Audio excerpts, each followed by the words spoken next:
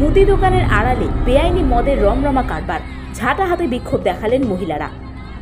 মুদি দোকানের আড়ালে রমরমিয়ে মদের কারবারে অতিষ্ঠ গ্রামের মানুষ। কয়েকশো মহিলা ঝাঁটা লাঠি হাতে নিয়ে দোকানের ওপর চড়াও হয়, বিক্ষোভ দেখায়।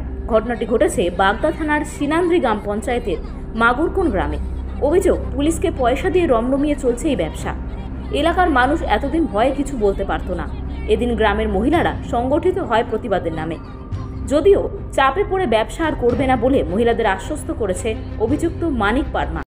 এখান থেকে যে একটা মহিলা হেঁটে যাবে, ভয়তে ছেলেদের ভয়তে হাঁটতে পারে না। না, পুলিশ তো টহল দেয় না। এখান থেকে যদি কেউ অভিযোগ করে, কি করবে? থানায় পুলিশ আরো এখান থেকে বলিয়ে দেবে যে মদ ছড়াই দাও, আমরা আসছি। এসে একটুখানি বলবে, বলে টলে আবার চলে যাবে। এই ব্যাপারে ধরে নিয়ে গেছিল, মদ বিক্রি করতো, তার জন্য ওনাকে ধরে নিয়ে গেছিল। উনি কদিন জেল খেটে তারপরে এসে আবার নতুন করে ব্যবসা শুরু করেছে।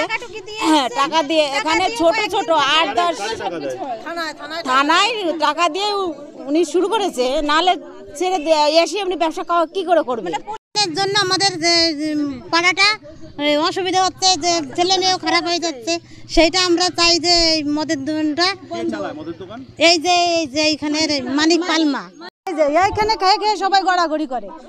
আমার ছোট একটা মেয়ে সন্ধ্যা, হ্যাঁ পরিবেশ সন্ধ্যা হলেই আমরা ঘরে দরজা দিতে হয়। Bureau report, U Bangla TV. আমাদের সম্প্রচারিত খবর যদি আপনাদের ভালো লেগে থাকে তাহলে সাবস্ক্রাইব করতে ভুলবেন না।